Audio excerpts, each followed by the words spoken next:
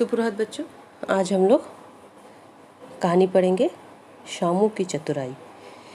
इस कहानी पढ़ने से पहले आप लोग सब बताएंगे बच्चों कि आप लोग खेल खेलते हैं। ज़रूर खेलते होंगे। तो उस खेल से आप लोग कुछ ना कुछ अवश्य सीखते भी होंगे, जो कभी ना कभी आपके काम आता है। प्रस्तुत कहानी में भी एक लड़का जिसका नाम शामू है, वो अपनी बुद्धि एवं चतुराई के द्वारा अपना नुकसान होने से किस प्रकार से बचता है, उसके बारे में यह कहानी है। तो सब बच्चे अपनी हिंदी पाठ्य पुस्तक निकालेंगे, पाठ 7, उसमें आज का डेट डालेंगे। इस कहानी को पहले मैं पढ़ूंगी, फिर मेरे पीछे आप लोग इसको ज़ोर ज़ोर से पढ़ेंगे। सब बच्चे अपनी उंगली रखेंगे किताब में। चलिए कहानी पढ़ते हैं। एक गांव में शामू नाम का एक गड़िया रहता था। वह दिन भर जंगल में भेड़ बकरियां चराता था। एक दिन उसे जंगल में एक पहाड़ के समीप चमकती हुई कोई वस्तु दिखाई दी। उसने उस वस्तु को उठाया तो जाना कि वह तो हीरा है। शामू खुशी से उछल पड़ा और तुरंत उसे बेचने के लिए एक नगर के जौहरी के पास जा पहुंचा।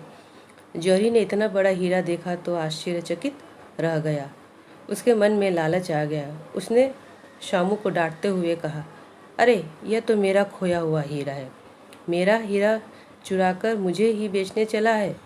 चल चुपचाप भाग यहाँ से। जौहरी का इतना कहना था कि शामू ने तेजी से झटपट जौहरी के हाथ से हीरा छीन लिया। शामू उसकी चालाकी समझ चुका था। दोनों में बहस होने लगी। बात बढ़ते बढ़ते नगर के राजा तक जा पहुंची। राजा ने उन दोनों को दरबार में बुलाया। राजा के पूछने पर शामू बोला, महाराज, यह हीरा मुझे जंगल में एक पहाड़ के समीप पड़ा मिला था। यह जौहरी लालची है, मुझे चोर बताकर हीरा हड़पना चाहता है। अब आप ही न्याय करें। जौहरी ने अपनी बात रखते हुए कहा, महाराज, भला इतना मूल्यवान हीरा भी किसी को यूं जंगल में पड़ा मिलता है? यह तो किसी जौहरी के पास होना या फिर किसी राजा के पास होना। इससे यह हीरा मेरे ही घर से चुराया है और अब कहानियाँ बना रहा है। क्या मैं इतना मूढ़ हूँ, मूढ़ का अर्थ है मूर्ख हूँ, कि इसके घर चोरी करूँ, उसी को उसका सामान बेचूँ? शामू ने जवाब दिया। राजा ने कहा, इस बात का क्या प्रमाण है कि तुम दोनों सच बोल रहे हो? शामू झट से बोल पड़ा, महाराज, मेरे पास गवाह है। क्यों ना हम चलकर जंगल वाले पर्वत देवता से पूछे। उन्होंने ही मुझे वहाँ से हीरा उठाते देखा था। यदि पर्वत देवता मना कर देंगे तो मैं हीरा इस जौहरी को दे दूँगा। राजा ने चेतावनी देते हुए कहा, यदि तुम्हारे पर्वत देवता ने कोई उत्तर नहीं दिया तो हीरा राजकोष में जमा कर दिया जाएगा। शामू ने हामी भर दी। वह निश्चिंत था कि पर्वत देवता उसी के पक्ष में निर्णय देंगे। वास्तव में वह पहले भी देख चुका था कि जब वह जंगल में ज़ोर से आवाज़ लगाता है तो उसके आखिरी शब्द पहाड़ों से टकराकर उसके पास वापस सुनाई देते थे। इसमें जादू या और कोई बात नहीं थी। दूसरे दिन शामू राजा और जौहरी को लेकर उसी जगह पर पहुंचा जहां उसे हीरा मिला था। पर्वत देवता का न्याय देखने सारा नगर उमड़ पड़ा। शामू ने हाथ जोड़कर पर्वत देवता को नमन किया, फिर जोर से आवाज़ लगाई, पर्वत देवता, कृपा करके बताएं कि यह हीरा जौहरी का है या शामू का? शामू का आवाज़ आई, जिसे लोगों ने साफ साफ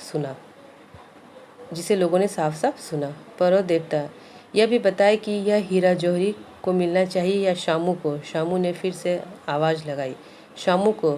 पर्वत की ओर से उत्तर मिला। कोई कुछ समझ पाता उसके पहले शामू पर्वत देवता के न्याय की जय जयकार करने लगा। लोग भी उसका साथ देने लगे। जौहरी सिर झुकाए चुपचाप खड़ा रहा, हीरा उसके हाथ से जो निकल चुका था। राजा ने सबके सामने हीरा शामू के हाथ में रखते हुए कहा, पर्वत देवता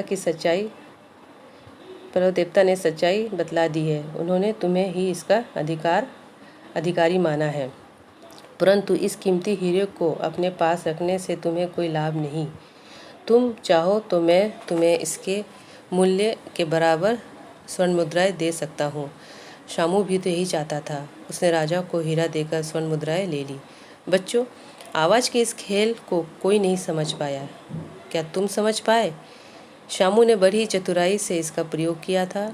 वह हर बार अपने नाम को अंत में रखकर जोर से बोलता था, जिससे देर तक अंतिम शब्द ही पहाड़ों से टकराकर गूंजते रहते थे। तो बच्चों, किस प्रकार शामू ने चतुराई से काम किया और